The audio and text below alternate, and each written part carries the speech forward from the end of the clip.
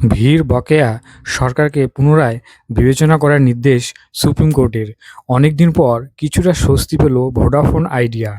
সরকারকে বকেয়া মেটানোর টাকা নেই বলে জানিয়েছিল সংস্থা।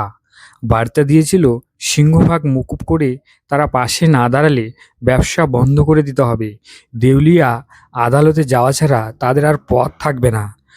সোমবার সংস্থার প্রায় ২০ কোটি গ্রাহকের কথা মাথায় রেখে কেন্দ্রীয় সরকারকে ভিড় মূল বকেয়া পুনরায় বিবেচনা করার নির্দেশ দিয়েছে সুপ্রিম কোর্ট।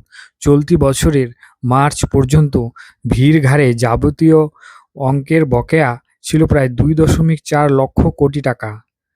এর মধ্যে স্পেকট্রাম ব্যবহারের খরচ সহ এজিআর বকেয়া, জরিমানা, সুদ সহ সব মিলিয়ে ১.৯৯ লক্ষ কোটি টাকা।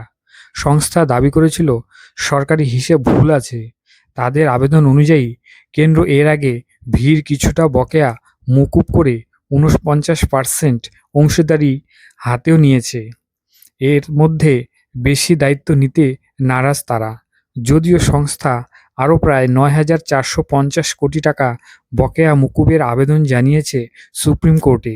সোমবার প্রধান বিচারপতি ভি আর গাভাই, বিচারপতি কে বিনোদ চন্দ্রনের বেঞ্চের নির্দেশ ২০১৬-১৭ সাল পর্যন্ত সরকারের প্রাপ্য যে মূল ৫,৬০৬ কোটি টাকা বকেয়া ফেলেছে ভি, তা আরও একবার বিবেচনা করে দেখুক কেন্দ্র। তাদের গ্রাহকদের স্বার্থেই সেটা করা জরুরি। আর এই বিষয়টি যেহেতু কেন্দ্রের আওতাধীন, তাই তাদেরকেই পদক্ষেপ করতে হবে। সংশ্লিষ্ট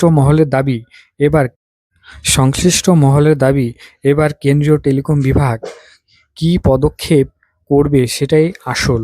বকেয়ার অঙ্ক ছাড়বে কি? যদিও এদিন সরকারের পক্ষে সলিসিটর জেনারেল তুষার মেহতা দাবি করেন, গ্রাহকদের কথা ভেবেই আগেরবার প্রাপ্যের কিছুটা মকুব করে ভিড় ৪৯% অংশীদারি হাতে নেওয়া হয়েছে। তবে তিনি এও জানিয়েছেন, এই সমস্যার সমাধান সূত্র বার করতে সরকার আলোচনা চালাচ্ছে। কারণ ভিড় অন্যতম অংশীদার তারাও। শীর্ষ আদালতের এই রায়ের প্রেক্ষিতে ভিড় তরফে জানানো হয়েছে, বর্তমান পরিস্থিতিতে সুপ্রিম কোর্টের নির্দেশ ইতিবাচক। ২০ কোটি